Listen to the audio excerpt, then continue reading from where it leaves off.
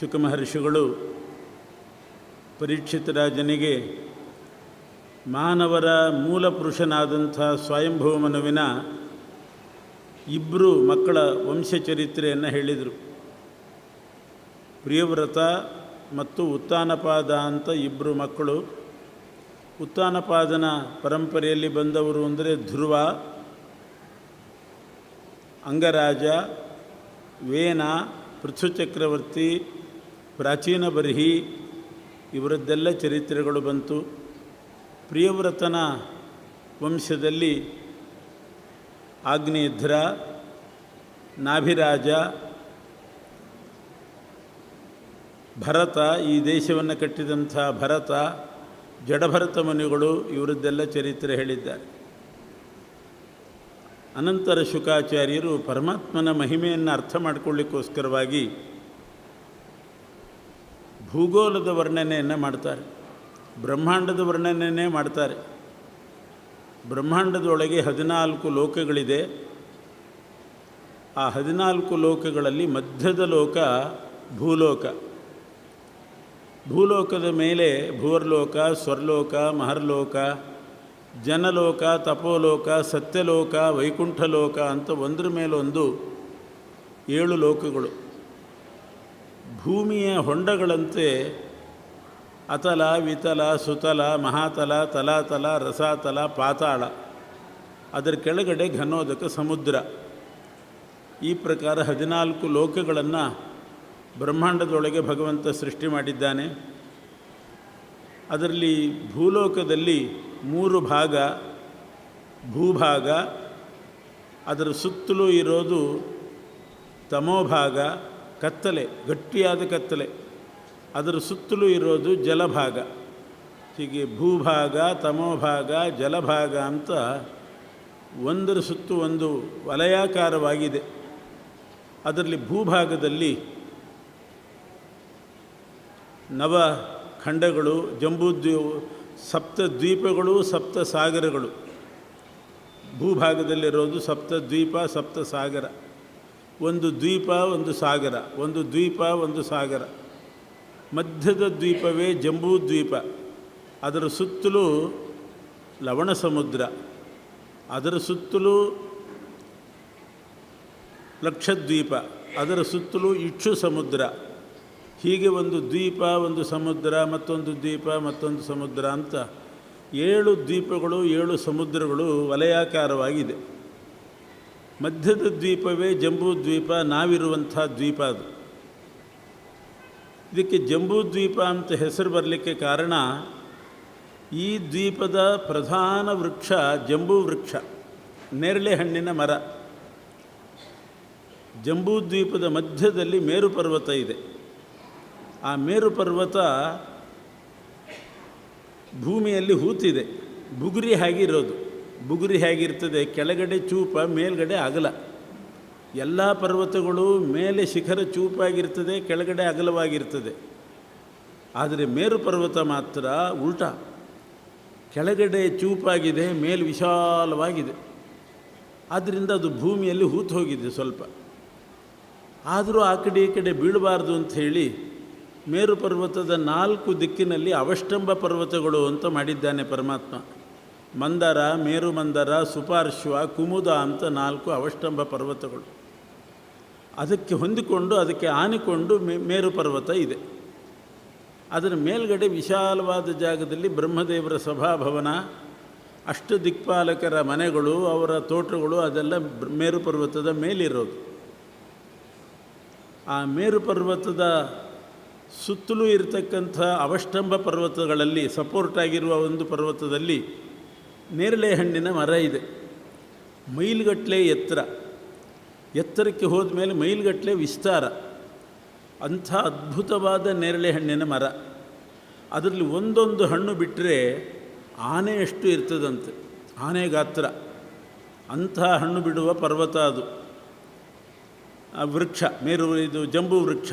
ಜಂಬೂ ಅಂದರೆ ನೇರಳೆ. ಆ ಜಂಬೂ ವೃಕ್ಷದಿಂದ ನೇರಳೆ ಹಣ್ಣು ಪಕ್ವವಾಗಿ ಕೆಳಗಡೆ ಬೀಳ್ತದಂತೆ. ಯಾರೂ ತೆಗೆಯೋರಿಲ್ಲ, ಅಷ್ಟು ಎತ್ತರಕ್ಕೆ ಹೋಗಿ ಯಾರು ತೆಗಿಬೇಕು? ತಾನೇ ಹಣ್ಣು ಪಕ್ವವಾಗಿ ಕೆಳಗಡೆ ಬಿದ್ದಾಗ ಮೈಲುಗಟ್ಟಲೆ ಎತ್ತರದಿಂದ ಕೆಳಗೆ ಬಿದ್ದಾಗ ಆ ಫೋರ್ಸಿಗೆ ಒಡಿತದಂಥದ್ದು, ಹಣ್ಣುಗಳೆಲ್ಲ ಒಡಿತದೆ, ಒಡೆದು ಅದರ ರಸ ಹರಿತದೆ. ಅದೇ ಜಂಬೂ ನದಿ ಅಂತ ಕರೆಸ್ಕೊಳ್ತದೆ. ಹೀಗೆ ಜಂಬೂ ದ್ವೀಪದಲ್ಲಿ ಮಧ್ಯದಲ್ಲಿ ಮೇರು ಪರ್ವತದ ಸುತ್ತಲೂ ಇರತಕ್ಕಂಥ ಅವಷ್ಟಂಭ ಪರ್ವತಗಳಲ್ಲಿ ಒಂದು ಪರ್ವತದ ಮೇಲೆ ನೇರಳೆ ಹಣ್ಣಿನ ಮರ. ಆ ನೇರಳೆ ಹಣ್ಣು ಕೆಳಗಡೆ ಬಿದ್ದು ಒಡೆದು ಆ ರಸ ಹರಿತದೆ. ಅದು ಜಂಬೂ ಫಲದ ರಸ, ನೇರಳೆ ಹಣ್ಣಿನ ರಸ. ಅದೊಂದು ನದಿಯಾಗಿ ಹರಿತದಂತೆ. ಆ ರಸ ಭೂಮಿ ಒಳಗಡೆ ಇಂಗಿ ಹೋಗಿ ಅಲ್ಲಿ ವಿಚಿತ್ರವಾದ ಸೂರ್ಯನ ಕಿರಣ ಬಿದ್ದಾಗ ಆ ನೇರಳೆ ಹಣ್ಣಿನ ರಸ ಮತ್ತು ಮಣ್ಣು, ಸೂರ್ಯನ ಕಿರಣ, ಈ ಮಿಶ್ರಣದಿಂದ ಆ ಭೂಮಿ ಬಂಗಾರದ್ದಾಗ್ತದಂತೆ. ಚಿನ್ನಕ್ಕೆ ಸಂಸ್ಕೃತದಲ್ಲಿ ಹೆಸರು ಜಾಂಬೂನದ ಅಂತ. ಜಾಂಬೂನದ ಅಂದರೆ ಬಂಗಾರ. ಅದು ತಯಾರಾಗೋದು ನಮ್ಮ ದ್ವೀಪದಲ್ಲಿ, ಜಂಬೂ ದ್ವೀಪದಲ್ಲಿ. ನೇರಳೆ ಹಣ್ಣಿನ ರಸ ಮಣ್ಣಿಗೆ ಸೇರಿ ಸೂರ್ಯನ ಕಿರಣ ಬಿದ್ದು ಅದು ಚಿನ್ನವಾಗಿ ಪರಿವರ್ತನೆ ಆಗ್ತದೆ. ಇದು ಭಾಗವತದಲ್ಲಿ ಕೊಟ್ಟ ನಿರೂಪಣೆ. ಹಾಗೆಂತ ಯಾರಾದರೂ ಒಂದಿಷ್ಟು ನೇರಳೆ ಹಣ್ಣು ತಂದು ಜ್ಯೂಸ್ ಮಾಡಿ ಒಂದಿಷ್ಟು ಮಣ್ಣಿಗೆ ಹಾಕಿ ಬಿಸಿಲಿಗಿಟ್ಟರೆ ಅದು ಆಗೋದಿಲ್ಲ. ಹಣ್ಣು ಹೋಯಿತು, ಹೊನ್ನು ಹೋಯಿತು, ಯಾವುದೂ ಆಗೋದಿಲ್ಲ. ಭಗವಂತನ ಇಚ್ಛೆಯಿಂದ ಕೆಲವು ಪ್ರದೇಶಗಳಲ್ಲಿ ಆ ನೇರಳೆ ಹಣ್ಣಿನ ರಸ ಭೂಮಿಗಿಳಿದಾಗ, ಅಲ್ಲಿ ಸೂರ್ಯನ ಕಿರಣ ಬಿದ್ದಾಗ ಆ ಮಿಶ್ರಣದಿಂದ ಜಾಂಬೂನದ ಅಂತ ಬಂಗಾರದ ಸೃಷ್ಟಿ ಆಗ್ತದೆ. ದೇವತೆಗಳ ಆಭರಣಕ್ಕೋಸ್ಕರವಾಗಿ ಪರಮಾತ್ಮ ಅದನ್ನು ಸೃಷ್ಟಿ ಮಾಡ್ತಾನಂತೆ. ದೇವಾನಾಂ ಸುವರ್ಣಂ ಪಿತೃಣಾಂ ರಜತಂ ಅಂತ ಇರೋದು. ಪಿತೃದೇವತೆಗಳಿಗೆಲ್ಲ ರಜತ ಬೇಕು, ದೇವತೆಗಳಿಗೆ ಸುವರ್ಣ ಬೇಕು. ಮನುಷ್ಯರಿಗೆಲ್ಲ ಪ್ಲಾಸ್ಟಿಕ್ ಆಗಿದೆ ಈಗ ಅಷ್ಟೇ. ನಿಜವಾಗಿಯೂ ತಾಮ್ರ, ಮನುಷ್ಯರಿಗೆ ತಾಮ್ರ ಅಂತೆ. ಹೀಗೆ ಸುವರ್ಣವನ್ನು ಸೃಷ್ಟಿ ಮಾಡ್ತಕ್ಕಂಥ ಜಾಂಬೂನದ ಸೃಷ್ಟಿ ಮಾಡೋದು ಈ ನದಿ ಮತ್ತು ಜಂಬೂ ವೃಕ್ಷ ಎಲ್ಲ ಮೇರು ಪರ್ವತದ ಬುಡದಲ್ಲಿ ಇರೋದು. ಅದಕ್ಕೆ ಈ ದ್ವೀಪಕ್ಕೆ ಜಂಬೂ ದ್ವೀಪ ಅಂತ ಕರೀತಾರೆ. ಮೇರು ಪರ್ವತದ ಸುತ್ತಲೂ 9 ಖಂಡಗಳಿದೆ. ಮೇರು ಪರ್ವತದ ಸುತ್ತಲೂ ಚಚ್ಚೌಕಾಕಾರವಾಗಿರೋದು ಇಲಾವೃತ ಖಂಡ. ಆ ಖಂಡಾಧಿಪತಿಗಳಾಗಿ ಮಹಾರುದ್ರದೇವರು ಅಲ್ಲಿದ್ದಾರೆ. ಸಂಕರ್ಷಣ ರೂಪಿ ಪರಮಾತ್ಮನನ್ನು ಆ ಮಂತ್ರದಿಂದ ಜಪ ಮಾಡ್ತಾ ಉಪಾಸನೆ ಮಾಡ್ತಾ ಇಲಾವೃತ ಖಂಡಕ್ಕೆ ರಕ್ಷಕರಾಗಿದ್ದಾರೆ ರುದ್ರದೇವರು. ಮೇರು ಪರ್ವತದ ದಕ್ಷಿಣಕ್ಕೆ ಬಂದರೆ ಮೇರೋಹೋ ದಕ್ಷಿಣೇ ಪಾರ್ಶ್ವೆ, ದಕ್ಷಿಣಕ್ಕೆ ಬಂದರೆ ಹರಿವರ್ಷ ಖಂಡ, ಕಿಂಪುರುಷ ಖಂಡ, ಅದರ ದಕ್ಷಿಣಕ್ಕೆ ಭಾರತ ಖಂಡ. ಭಾರತ ಖಂಡದಿಂದ ಮುಂದೆ ಉತ್ತರಕ್ಕೆ ಹೋದರೆ ಕಿಂಪುರುಷ ಖಂಡ ಸಿಗ್ತದೆ. ಅಲ್ಲಿವರೆಗೂ ಭಾರತ ಖಂಡವೇ. ಆಮೇಲೆ ಬರೋದು ಕಿಂಪುರುಷ ಖಂಡ. ಅಲ್ಲಿ ಕಿಂಪುರುಷರು ಅಂತ ಇರ್ತಾರೆ, ಅವರ ಖಂಡ ಅದು. ಆ ಕಿಂಪುರುಷ ಖಂಡದ ಆಚೆಗಿರೋದು ಹರಿವರ್ಷ ಖಂಡ. ಮೇರು ಪರ್ವತದ ಉತ್ತರಕ್ಕೆ ರಮ್ಯಕ, ಹಿರಣ್ಮಯ, ಉತ್ತರ ಕುರುಖಂಡ ಅಂತ 3 ಖಂಡಗಳಿದೆ. ಮೇರು ಪರ್ವತದ ಅಕ್ಕಪಕ್ಕಗಳಲ್ಲಿ 2 ಖಂಡಗಳಿದೆ. ಭದ್ರಾಶ್ವಖಂಡ, ಅದರಲ್ಲಿ ಭದ್ರಾಶ್ವಖಂಡದಲ್ಲಿ ಪರಮಾತ್ಮ ಇದ್ದಾನೆ. ಹಯಗ್ರೀವ ರೂಪಿಯಾಗಿರ್ತಕ್ಕಂಥ ಪರಮಾತ್ಮ. ಅರಿಯಮ ಅನ್ನೋ ಪಿತೃದೇವತೆ ಇರ್ತಾನೆ. ಕೇತುಮಾಲಾ ಖಂಡ ಅಂತ ಇನ್ನೊಂದಿದೆ, ಅಲ್ಲಿ ಪ್ರದ್ಯುಮ್ನ ರೂಪಿಯಾದ ಪರಮಾತ್ಮ ಇರ್ತಾನೆ. ಹರಿವರ್ಷದಲ್ಲಿ ನರಹರಿ, ನರಸಿಂಹದೇವರು. ಕಿಂಪುರುಷ ಖಂಡದಲ್ಲಿ ರಾಮದೇವರು. ಭಾರತ ಖಂಡದಲ್ಲಿ ನರನಾರಾಯಣ, ಬದರಿಕಾಶ್ರಮದಲ್ಲಿರುವ ನಾರಾಯಣನೇ ಭಾರತ ಖಂಡದ ಮುಖ್ಯ ದೇವತೆ. ರಮ್ಯಕ, ಹಿರಣ್ಮಯ, ಉತ್ತರ ಕುರುಖಂಡದಲ್ಲಿ ಮತ್ಸ್ಯ, ಕೂರ್ಮ, ವರಾಹರೂಪಿ ಪರಮಾತ್ಮ ಇದ್ದಾನೆ. ಹೀಗೆ ನವಖಂಡಗಳಲ್ಲಿಯೂ ಕೂಡ ಭಗವಂತ ಖಂಡ ರಕ್ಷಕನಾಗಿದ್ದಾನೆ, ಒಬ್ಬೊಬ್ಬ ಭಕ್ತ ಉಪಾಸಕನಾಗಿದ್ದಾನೆ. ಭಾರತ ಖಂಡದಲ್ಲಿರೋ ರೂಪ ಅಂದರೆ ಬದರಿ ನಾರಾಯಣ. ಭಾರತ ಖಂಡದಲ್ಲಿ ಉಪಾಸಕರಾದ ಭಕ್ತರು ಅಂದರೆ ನಾರದ ಋಷಿಗಳು. ಕಿಂಪುರುಷ ಖಂಡದಲ್ಲಿ ರಾಮ ಭಕ್ತನಾಗಿ ಉಪಾಸನೆ ಮಾಡ್ತಾ ಇರೋದು ಹನುಮಂತ. ಇದೇ ರೀತಿ ನವಖಂಡಗಳನ್ನೆಲ್ಲ ವರ್ಣನೆ ಮಾಡಿದ್ದಾರೆ. ಆದ್ದರಿಂದಲೇ ಶ್ರೀಮದ್ ಆಚಾರ್ಯರು ಈ ಭೂಮಿಯಲ್ಲಿ ಅವತಾರ ಮಾಡಿದವರು, ಜ್ಞಾನ ಕಾರ್ಯಕ್ಕಾಗಿ ಅವತಾರ ಮಾಡಿದವರು, ಮೊದಲನೇ ಗ್ರಂಥ ಗೀತಾಭಾಷ್ಯ ರಚನೆ ಮಾಡಿ ಬದರಿಕಾಶ್ರಮಕ್ಕೆ ಹೋಗಿ ನಾರಾಯಣ ದೇವರಿಗೆ ಸಮರ್ಪಣೆ ಮಾಡಿ ಬಂದರು ಅಂತ ಇತಿಹಾಸ. ಅದನ್ನು ಹೇಳುವಾಗ ಹೇಳ್ತಾರೆ ಮಧ್ವ ವಿಜಯದಲ್ಲಿ, ಮಂಡಯನ್ ಭರತ ಖಂಡಮಖಂಡಂ. ಅಖಂಡ ಭಾರತ ಖಂಡವಕ್ಕೆ ಮಂಡನಪ್ರಾಯವಾಗಿರುವಂಥ ರೂಪ ನಾರಾಯಣ ರೂಪ. ಮಂಡಯನ್ ಭರತ ಖಂಡಮಖಂಡಂ ನಾದಿರಾಯಣ ಪದೋತ್ರ ಪರೋ ಯಃ ತಂ ನಮನ್ ಪ್ರಚುರಧೀರ್ಹರಿ ಗೀತಾ ಭಾಷ್ಯಮರ್ಪಯತ್ ಉಪಾಯನಮಸ್ಮೈ. ಹೀಗೆ ನವಖಂಡಗಳು, ಅಲ್ಲಿರ್ತಕ್ಕಂಥ ಭಗವದ್ ರೂಪಗಳು ಅದನ್ನೆಲ್ಲ ಹೇಳಿದರು. ಅದೇ ರೀತಿ ಖಗೋಲದ ವಿಚಾರವನ್ನು ಹೇಳಿದ್ದಾರೆ. ಸೂರ್ಯ, ಚಂದ್ರ, ಗ್ರಹ ನಕ್ಷತ್ರಗಳು, ಅದರ ಬಗ್ಗೆ, ಭೂಮಿ ಕೆಳಗಡೆ ಇರತಕ್ಕಂಥ 7 ಲೋಕಗಳ ಬಗ್ಗೆ. ಯಾಕಿದನ್ನೆಲ್ಲ ಹೇಳಿದರು ಅಂದರೆ ಬಹುಚಿತ್ರ ಜಗತ್ ಬಹುಧಾಕರಣಾತ್. ಪರಮಾತ್ಮ ಎಂಥ ಅದ್ಭುತ ಜಗತ್ತನ್ನು ಸೃಷ್ಟಿ ಮಾಡಿದ್ದಾನೆ, ಅವನ ಮಹಿಮೆ ಎಷ್ಟು ಅಂತ ಅರ್ಥ ಮಾಡ್ಕೊಳ್ಳಿಕ್ಕೋಸ್ಕರ ಈ ಪ್ರಪಂಚ ನೋಡಬೇಕು. ಪ್ರಪಂಚ ನೋಡಿದಾಗ ಗೊತ್ತಾಗ್ತದೆ, ಅದನ್ನು ತಿಳ್ಕೊಂಡಾಗ ಗೊತ್ತಾಗ್ತದೆ ಭಗವಂತನ ಮಹಿಮೆ ಎಂಥದ್ದು. ಒಂದು ಬ್ರಹ್ಮಾಂಡದ ಒಳಗಡೆ ಸಂಪುಷ್ಟಾಕಾರವಾಗಿರುವ ಮೋಸಂಬಿ ಆಕಾರದಲ್ಲಿರುವ ಈ ಬ್ರಹ್ಮಾಂಡದ ಒಳಗೆ 14 ಲೋಕ. ಆ 14 ಲೋಕದಲ್ಲಿ ಭೂಲೋಕದ್ದೇ ಈಗಿಷ್ಟು ಹೇಳಿದ್ದು. ಅದೇ ರೀತಿ ಭೂವರ್ಲೋಕ, ಸ್ವರ್ಲೋಕ, ನಾನಾ ಜಾತಿಯ ನಾನಾ ಸ್ವಭಾವದ ಜೀವರಾಶಿಗಳು. ಅದ್ಭುತವಾದಂಥ ಸೃಷ್ಟಿ ಪರಮಾತ್ಮಂದು, ಅದು ಊಹಿಸಲಿಕ್ಕೆ ಸಾಧ್ಯ ಇಲ್ಲ. ಒಬ್ಬೊಬ್ಬ ವ್ಯಕ್ತಿ ಇರುವ ಹಾಗೆ ಇನ್ನೊಬ್ಬ ವ್ಯಕ್ತಿ ಇಲ್ಲ, ಒಂದು ಮಣ್ಣಿರುವ ಹಾಗೆ ಇನ್ನೊಂದು ಮಣ್ಣಿಲ್ಲ, ಒಂದು ನೀರಿನಂತೆ ಇನ್ನೊಂದು ನೀರಿಲ್ಲ. ಇಷ್ಟು ವಿಚಿತ್ರವಾಗಿದೆ ಅಂತ ಹೇಳ್ತಾರೆ. ಬ್ರಹ್ಮಾಂಡ ಪುರಾಣದಲ್ಲಿ ಒಂದು ಶ್ಲೋಕ ಬರ್ತದೆ. ಇವತ್ತು ಏನು ಶ್ರಾದ್ದ ಧಾರ್ಮಿಕ ಕಾರ್ಯಗಳೆಲ್ಲ ನಡೀತಾ ಇದೆ, ಅನೇಕರು ಇದರ ಬಗ್ಗೆ ತಿರಸ್ಕಾರ ಭಾವನೆಯನ್ನು ಹೊಂದಿದ್ದಾರೆ. ಯಾಕೆ ಬೇಕು ಶ್ರಾದ್ದ? ಹೋದವರು ಹೋದರು, ಇಲ್ಲಿ ಪಿಂಡ ಇಟ್ಟು ಅದಕ್ಕೆ ಸಮರ್ಪಣೆ ಮಾಡಿದರೆ ಅವರಿಗೆ ಹೇಗೆ ಸೇರ್ತದೆ? ಅವರು ಎಲ್ಲಿದ್ದಾರೋ ಏನೋ ಒಂದು ಗೊತ್ತಿಲ್ಲ. ಆ ಪಿಂಡ ನೀರಿನಲ್ಲಿ ಹಾಕ್ತೇವೆ, ಎಳ್ಳು ಮೀನು ತಿಂದು ಹೋಗ್ತದೆ, ದರ್ಭೆ ಹೋಗಿ ಆ ದಡಕ್ಕೆ ಸೇರ್ತದೆ. ಹೀಗೆಲ್ಲ ಕುಚೋದ್ಯ ಮಾಡ್ತಾರೆ. ವೇದವ್ಯಾಸದೇವರು ಉತ್ತರ ಕೊಟ್ಟಿದ್ದಾರೆ. ಬ್ರಹ್ಮಾಂಡ ಪುರಾಣದಲ್ಲೇ ಭಗವಂತನ ಸೃಷ್ಟಿ ಬಹಳ ಅದ್ಭುತ, ನಿಮ್ಮ ಮೂಗಿನ ನೇರಿಗೆ ನೀವು ವಿಚಾರ ಮಾಡಬೇಡಿ, ಪರಮಾತ್ಮನ ಸೃಷ್ಟಿಯಲ್ಲಿ ಒಂದು ರಹಸ್ಯ ಇದೆ, ಅದನ್ನು ಹೇಳ್ತೇನೆ ಅಂತಂತಾರೆ ವ್ಯಾಸರು. ಪ್ರಾಣಿಗಳಲ್ಲಿ ಮೀನು, ಆಮೆ ಮತ್ತು ನವಿಲು, ಈ ಪ್ರಾಣಿಗಳನ್ನು ಗಮನಿಸಿರಿ, ಎಷ್ಟು ಅದ್ಭುತವಾಗಿದೆ ನೋಡಿ. ದರ್ಶನ ಧ್ಯಾನ ಸಂಸ್ಪರ್ಶಾತ್ ಮತ್ಸ್ಯೀ ಕೂರ್ಮೀ ಚ ಪಕ್ಷಿಣಃ ಯಥಾತೆ ತೃಪ್ತಿಮಾಯಾಂತಿ ಶ್ರಾದ್ದೇನ ಪಿತರಸ್ತಥಾ. ವ್ಯಾಸರ ಮಾತು.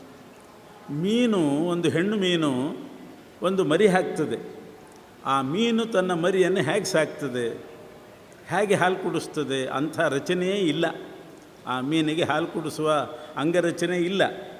ಆದರೂ ಅದು ಬೆಳೀತಾ ಹೋಗ್ತದೆ. ಹೇಗೆ ಮನುಷ್ಯರಾದರೆ ಒಂದು ಮಗುವನ್ನು ಹೆತ್ತರೆ ಆ ಮಗುವನ್ನು ತೊಡೆ ಮೇಲೆ ಮಲಗಿಸ್ಕೊಂಡು ಸ್ತನ್ಯಪಾನ ಮಾಡಿಸಿ ಹಾಲು ಕುಡಿಸಿ ಅದು ಸ್ವತಂತ್ರ ಆಗೋ ತನಕ ಹಾಲು ಕುಡಿಸ್ತಾರೆ, ಬೆಳೀತದೆ.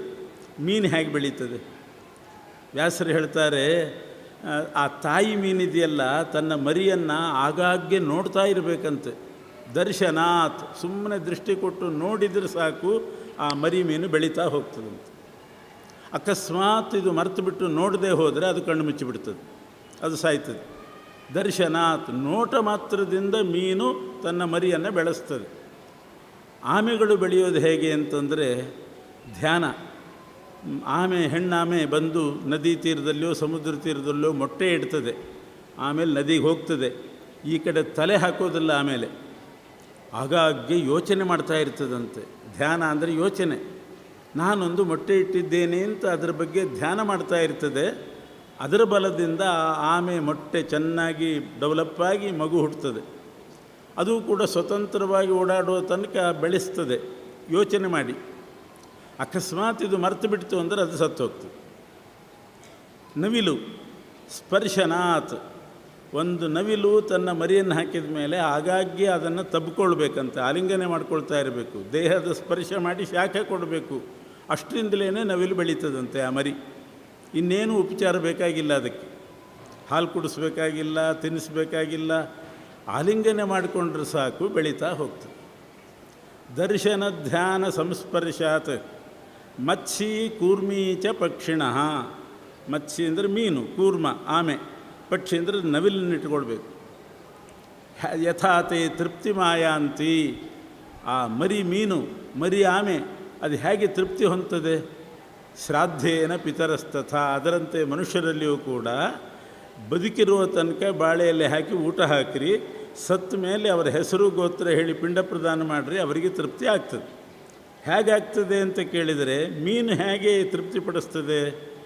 ಮನುಷ್ಯರಲ್ಲಿ ಆ ಲೆಕ್ಕ ಉಂಟು, ಆ ರೀತಿ ಪದ್ಧತಿ ಉಂಟು? ಯಾರಾದರೂ ಒಬ್ಬ ತಾಯಿ ಹೇಳಿ, ನಿನಗೆ ನಾನೇನು ಹಾಲು ಕುಡಿಸೋದಿಲ್ಲ, ನೀನು ನೋಡ್ತಾ ಇರ್ತೀನಿ, ನೀನು ಬದುಕು ಅಂದರೆ ನಾ ಕಣ್ಣು ಮುಚ್ಚಿಬಿಡ್ತೀನಿ ಅಂತದ್ದು ಅಷ್ಟೆ. ಅದು ಬದುಕೋದಿಲ್ಲ. ಇಷ್ಟು ಅದ್ಭುತವಾಗಿ ಸೃಷ್ಟಿ ಮಾಡಿದ್ದಾನೆ ಪರಮಾತ್ಮ.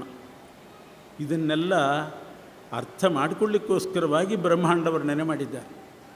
ಜಗದಪಿ ತಥಾ ಅವಗಂತವ್ಯಂ ಅಂತಾರೆ ಟೀಕಾಚಾರ್ಯರು. ಪರಮಾತ್ಮನ ಮಹಿಮೆ ಅರ್ಥ ಮಾಡ್ಕೊಳ್ಬೇಕಾದ್ರೆ ಜಗತ್ತಿನ ಬಗ್ಗೆ ನೀವು ವಿಮರ್ಶೆ ಮಾಡಿ ಜಗತ್ತನ್ನು ತಿಳ್ಕೊಳ್ರಿ, ಆವಾಗ ಗೊತ್ತಾಗ್ತದೆ.